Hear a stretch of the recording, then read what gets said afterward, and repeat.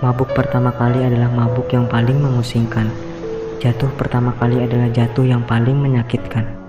Luka pertama selalu menjadi yang terperih, dan keadaan ini terus berlanjut. Mereka telah hanyut begitu jauh hingga sulit untuk kembali.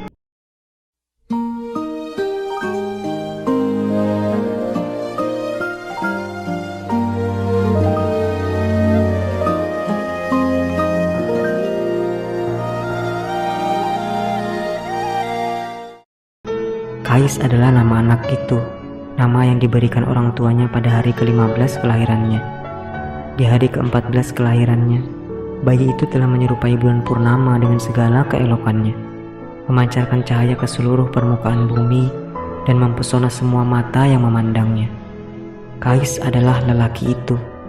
Ketika usianya mulai beranjak remaja, ayahnya menyerahkan pendidikannya kepada guru yang sangat masyhur akan ketinggian ilmunya. Kais adalah seorang murid yang tekun dan memiliki semangat belajar yang tinggi.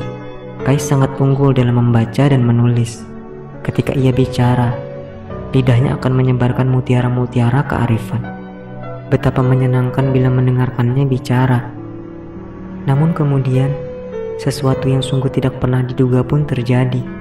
Suatu hari sang guru menerima seorang murid baru, seorang gadis yang sangat cantik. Nama gadis itu adalah Laila. Berasal dari kata bahasa Arab lail yang artinya malam. Karena di bawah bayangan rambutnya, wajahnya bersinar bagai bulan purnama yang memancarkan keindahan cahaya. Matanya hitam, dalam dan bersinar-sinar bagaikan mata seekor rusa. Dan dengan satu kedipan di lentik bulu matanya, ia mampu mengubah seluruh dunia menjadi puing-puing. Mulutnya yang mungil terbuka hanya untuk mengucapkan hal-hal yang indah. Apabila ada yang menggodanya, baik dengan kata-kata maupun dengan senyuman, maka pipinya akan memerah, seolah mawar-mawar merah merekah pada pipi yang seputih susu. Hati yang sekeras apapun akan segera mencair begitu memandang keajaiban ciptaan ini. Namun di antara semua temannya, Kaislah yang memiliki hasrat paling besar terhadap Laila. Ia telah tenggelam di dalam lautan cinta bahkan sebelum ia mengerti makna cinta itu sendiri. Perasaan Laila pun tidak jauh berbeda. Laila telah jatuh cinta kepada Kais. Api telah menyala di antara mereka dan cahayanya saling memantul di antara mereka. Lantas apa yang bisa mereka lakukan untuk menjinakkan nyalanya? Tidak ada. Mereka masih remaja, dan remaja menerima apapun yang terjadi pada diri mereka tanpa banyak pertanyaan. Cinta bagaikan bejana anggur yang telah mengisi penuh cangkir mereka, dan mereka meminum apapun yang dituangkannya. Lalu mereka menjadi mabuk karena tidak menyadari kekuatan sang anggur. Mabuk pertama kali adalah mabuk yang paling memusingkan. Jatuh pertama kali adalah jatuh yang paling menyakitkan. Luka pertama selalu menjadi yang terperih, dan keadaan ini terus berlanjut. Mereka telah hanyut begitu jauh hingga sulit untuk kembali. Mereka terpesona oleh kekuatan gaib yang sumbernya tidak mereka kenali, yang pengaruh sihirnya terlalu kuat untuk mereka lawan. Mereka minum lebih banyak lagi anggur dari cangkir cinta, siang dan malam.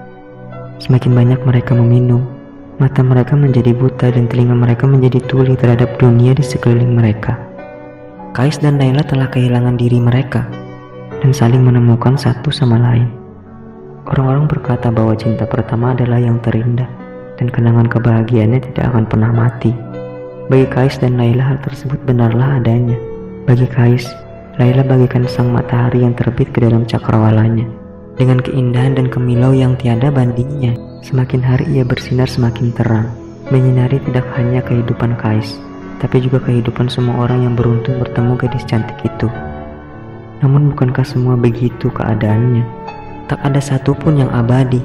Semua hal di dunia yang fana ini ditakdirkan akan binasa suatu hari nanti. Sementara, sepasang kekasih ini berjemur dalam kemilau cahaya mereka masing-masing, meneguk anggur yang memabukkan. Tanpa mereka sadari semua mata dunia sedang menyaksikan mereka.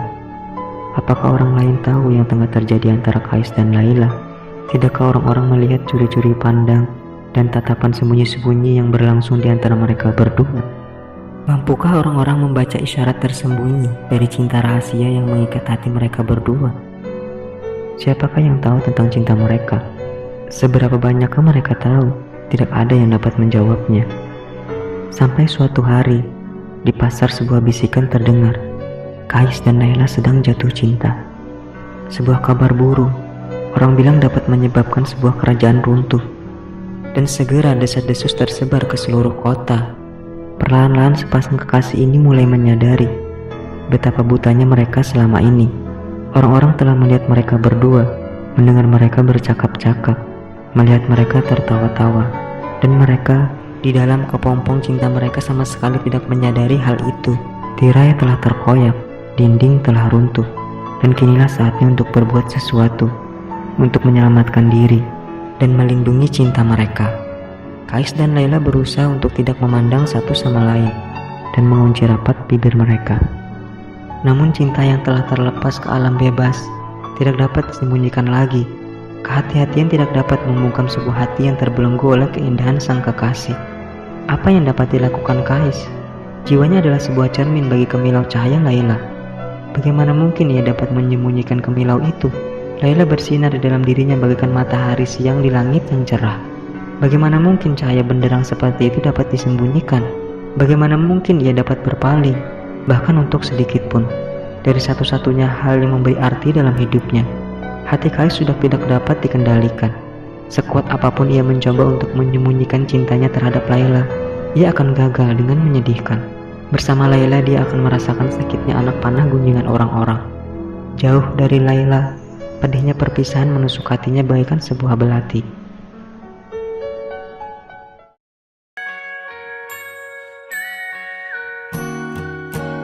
You are my sunrise, you are the daylight, hide in the shadows of my mind.